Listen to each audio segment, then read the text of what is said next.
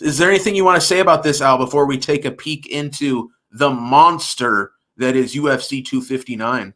No, let's get into it. Let's forget about this He unentertaining said card, forget about and it. let's talk We're on about to next week, baby. yeah. Well, Let's Al, I'm go. going to let you kick it off, man. Where do you want to start off on this UFC 259?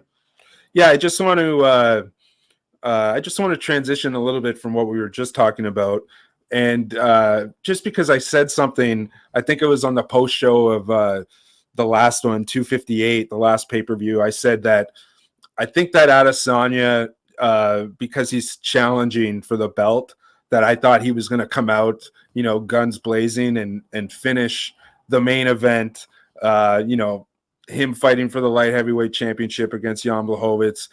And, I said that he's going to go in, and because he's the challenger, he's not going to sit on the outside and just pick him apart and fight the championship game that we saw him fight against, like Yoel Romero, or that type of like John Jones style where, and you saw John Jones get a lot of criticism in his career sometimes for doing that by sitting on the outside and just picking guys apart.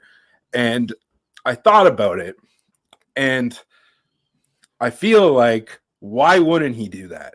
Why wouldn't he do that if that's the path to victory for him? Why wouldn't he just sit on the outside, maybe calf kick him, maybe, do the same type of setup that he had with Yoel Romero? And if not with Yoel Romero, with Paul Acosta, where he just sat on the outside and kind of turned him and, got him so that he had to come forward to evade the calf kick.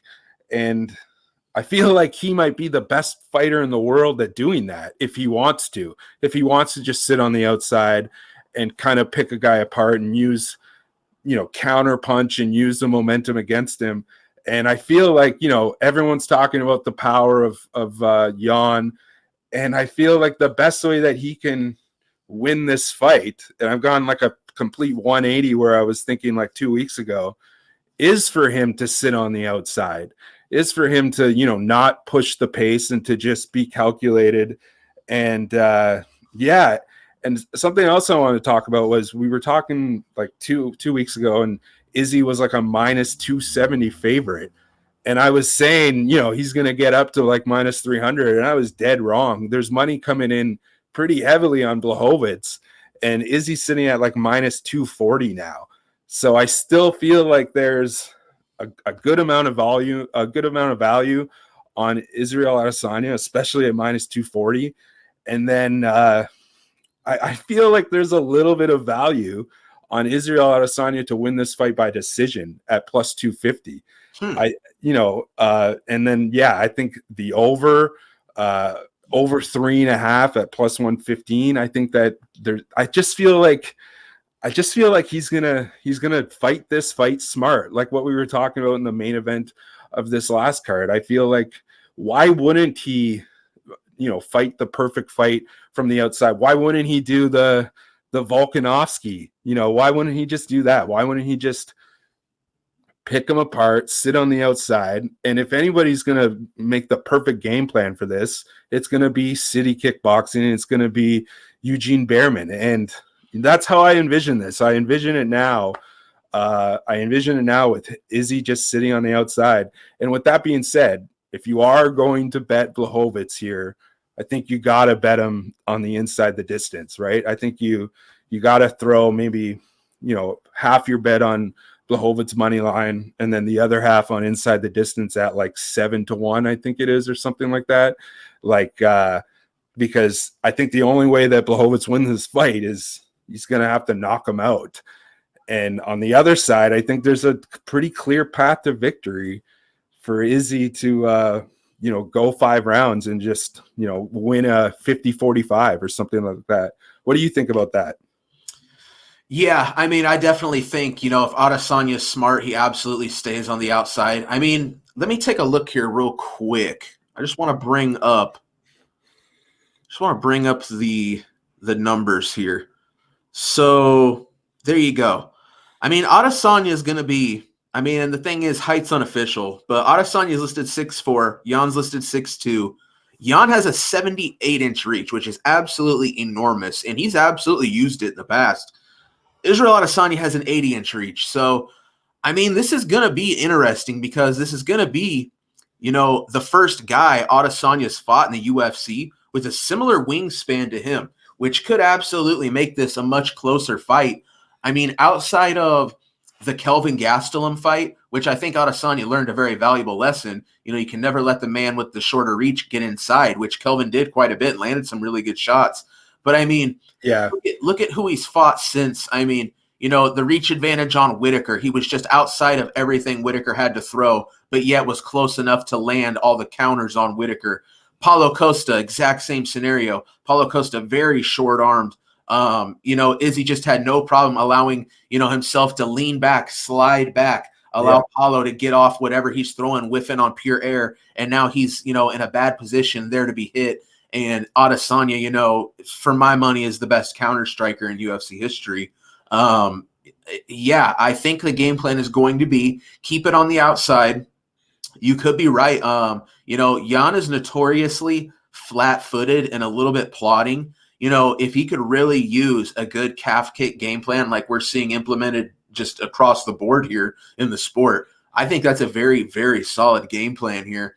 What he needs to do is be able to lure Jan, use enough feints, get Jan to commit, get Jan, the slightly slower man, to try to come in, avoid those really long, which, like I said, man, Jan, he's got a reach on him. He's going to be able to hit Adesanya probably with more shots than I think Adesanya is used to as of late.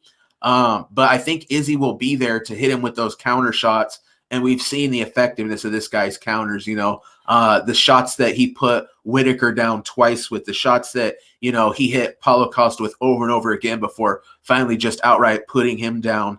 But man, I'm telling you what, Al, the closer we draw to this fight, I'm thinking we might really, really have a spectacular fight on our hands. This could end up playing out close, man. I really do. But I still I'm on the Adesanya side for sure. Is there anything you want to say about this one, Al? Should we talk about another fight on this card? I misspoke. I said it was 7-1 for Blachowicz inside the distance. That must have been from when the fight was announced. He's at like plus 470 inside the distance. And if money's coming in on Blachowicz and kind of, sucking away that value, I think that, the real value here is I don't see him winning a decision. I see him winning by knocking him out, by catching either a tired or a hurt Izzy. One thing I will bring up is that, I feel like Jan is going to take what he did to Reyes, where he's going to, implement that body kick and stuff like that. I feel like if he does that, he's going to be in a lot of trouble because, you're fighting a guy who is, a renowned counter striker, kickboxer. He knows how to read hips better than anything, better than any. You're playing his game if he tries to, kick him in the upper body or, try to get that liver kick. I think that is a bad move. I think he's going to have to take him down. He's going to have to, maybe ground and pound him. So yeah, I'm really bullish on Adesanya, and but I've kind of a little bit seen what the hype is about. The market is coming in on the other side on Blachowicz, and if he wins this fight, he's gonna have to knock him out or submit him. But I don't see him winning a decision here. And then I like the over 3.5 rounds, and I feel like we might get some. I feel like that line might move. So if you wait, you might be able to get a better line on that. But yeah, it's going to be crazy. I think UFC 259, and I said this before, I think this is going to be the start of like a whole new era of the sport, especially if Izzy wins, right? Like, I think it's going to change everything as far as their matchmaking and the way that they're, just – another thing that I wanted to bring up just really quickly was that Jan is going to also be, possibly the slowest guy that Izzy's ever faced, at least in MMA. Because he's plotting, and he's the biggest guy. He's like gonna be coming in there like 215 on the night of the fight. Maybe he'll leave probably a little bit more, probably heavier than that. And he's gonna, if he's not conditioned, and if he's not, if that hand speed isn't there, Izzy's going to be so fast that, this is why it's so compelling. This is why this fight is so interesting. It's because it's one of the only fights ever where we see such a discrepancy in their size, in their body types, like in their weight. And I'm just so hyped for this.